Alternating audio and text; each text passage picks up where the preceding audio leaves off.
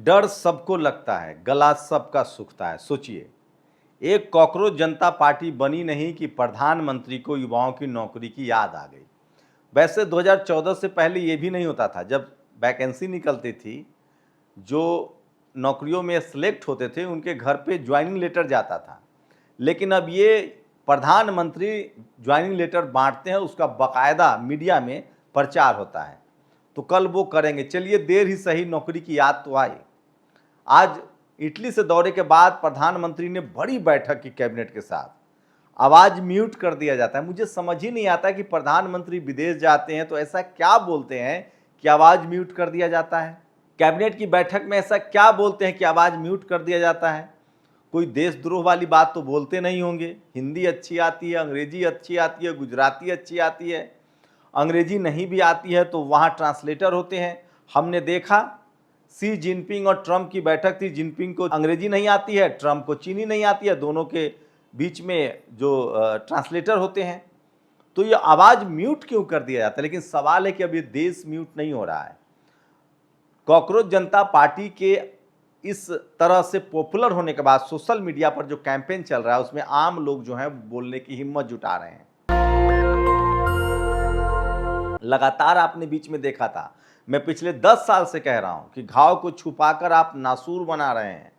आप बताइए कि खबरें छुपाकर क्या महंगाई खत्म हो जाएगी, बेरोजगारी खत्म हो जाएगी। पेट्रोल पंपों पर देश में लंबी लंबी कतारें लगी हैं। बिहार में प्रदर्शन हो रहे हैं, राजस्थान के सीकर में प्रदर्शन हो रहे हैं, जयपुर में प्रदर्शन हो रहे हैं। पेपर लीक हुआ है। क्या एनटीए के प्रमुख कह देंगे जोशी जी की पेपर लीक नहीं हुआ है तो लोग मान लेंगे? आखिर पेपर लीक नहीं हो तो क्यों कैंसिल किया आपने?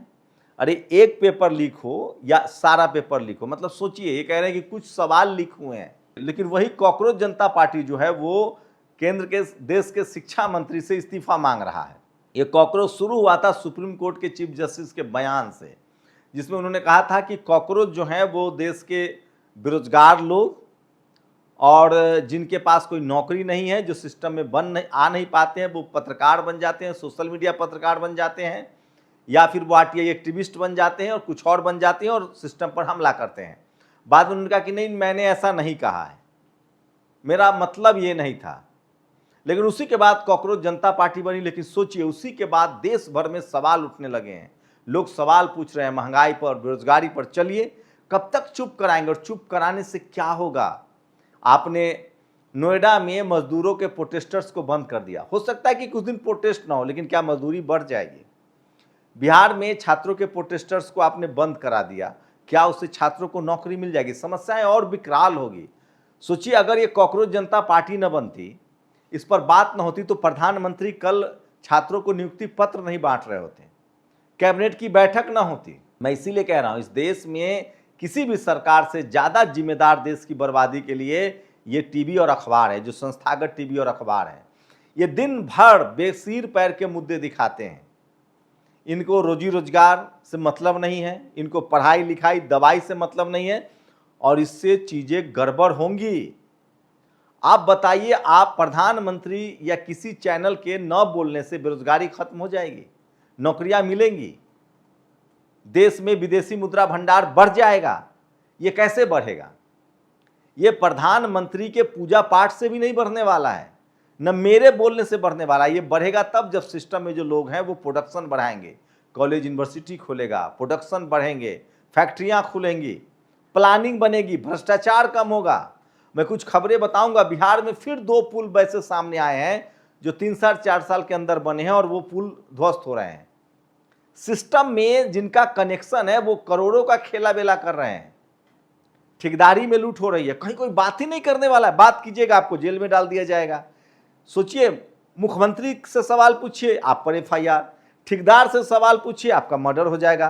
प्रधानमंत्री से सवाल पूछिए, आप पर एफआईआर। तो जब सवालों से कोई परे हो जाता है ना, तो जरूरी नहीं है कि वो सिस्टम में रहकर काम करे।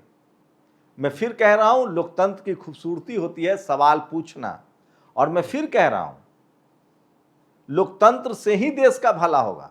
कॉकरोच जनता पार्टी ने किस तरह से लोगों में फिर से एक हिम्मत तो दी है, लेकिन सोचिए उसका विरोध भी हो रहा है। वो एक शेड्यूल कास्ट कम्युनिटी से आने वाले हैं, ये दुबे जी, निशिकांत दुबे कह रहे हैं कि जांच हुई किसके पैसे से विदेश गया है। अरे वो शेड्यूल कास्ट फैमिली से, मिडिल क्लास फैमिली से, अपनी मेहनत से वो बोस्टन गया है। निशिकांत दुबे जी के बेटा बेटी भी विदेश पढ़ते हैं, तो ये सांसद हैं तो इनका पढ़े। कोई दलित पिछड़ा कैसे विदेश जा सकता है, वो भी अपनी मेरिट से?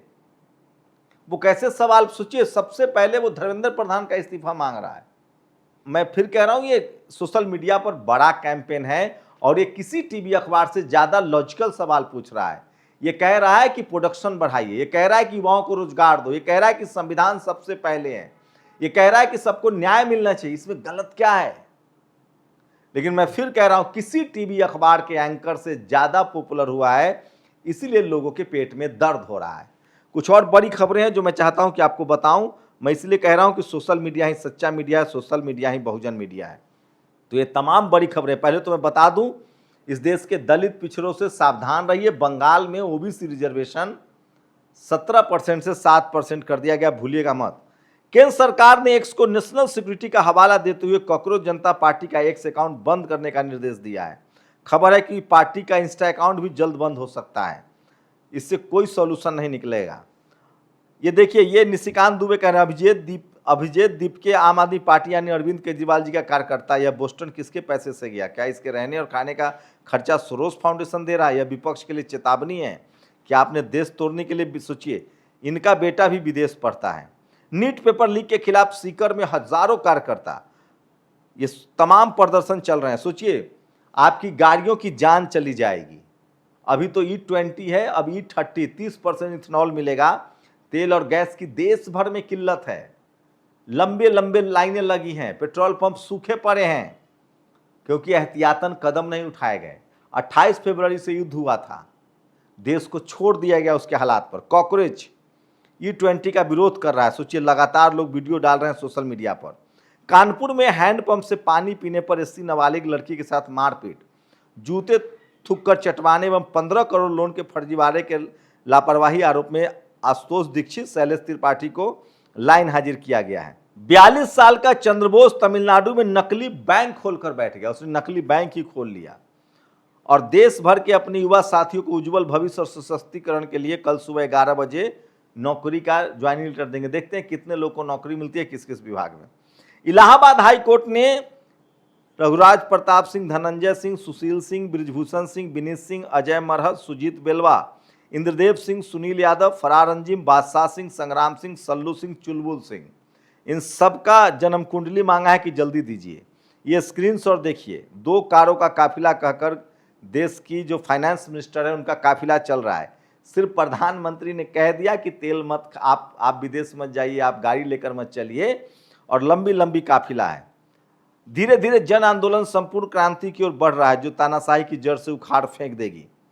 ये तमाम खबरें हैं जो सोशल मीडिया पर वायरल है। पटना में भी बड़ा प्रदर्शन हुआ है।